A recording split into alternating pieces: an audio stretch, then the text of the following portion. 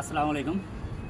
এটা হতেছে তৃতীয় জেন্ডার, তৃতীয় লিঙ্গ যেটা হিজড়া। এদের প্রতি শ্রীরামের আলাদা একটা আশীর্বাদ আছে। আশীর্বাদটা আমি বলতেছি।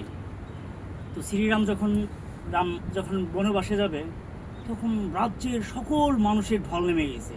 সব মানুষ রামের সাথে আসা শুরু করে দিয়েছে। তো একটা পর্যায়ে আসার পর এখন তো সবার ফিরে যাওয়ার দরকার না। রাম যদি সবারই নিয়ে বনবাসে যায়, তাহলে তো ওটা আর বনবাস হয়ে গেল না, বনেই তো তাহলে রাজত্ব হয়ে গেল। তখন রাম বলতেছে, তোমরা এখানে আসছো, তোমরা পুরুষ এবং মহিলা যারা পুরুষ মহিলারা সবাই চলে যাও।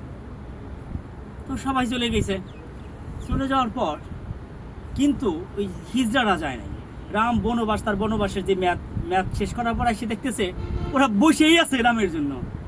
রাম তো একটু রাগ করছে, এই তোমাদের নিয়ে চলে যেতে বলছি, তোমরা যাও না কিসের জন্য? বলতেছে, আপনি তো পুরুষ এবং মহিলাদের চলে যেতে বলছেন, আমরা তো পুরুষও না মহিলাও না, আমরা তো হিজড়া, আমরা কিভাবে চলে যাই? আপনি তো আর আমাদের যাইতে বলেন নাই। তখন রাম তাদের এই আচরণে, তাদের এই কথা এত খুশি হয়, তখন তাদের জন্য আশীর্বাদ করে, যা, তোরা কোনো সময় অভাবে পড়বি না, মানুষ তোদেরকে ভালোবাসবে, তোরা আমার ভালোবাসা পাইছিস। ধন্যবাদ সবাইকে।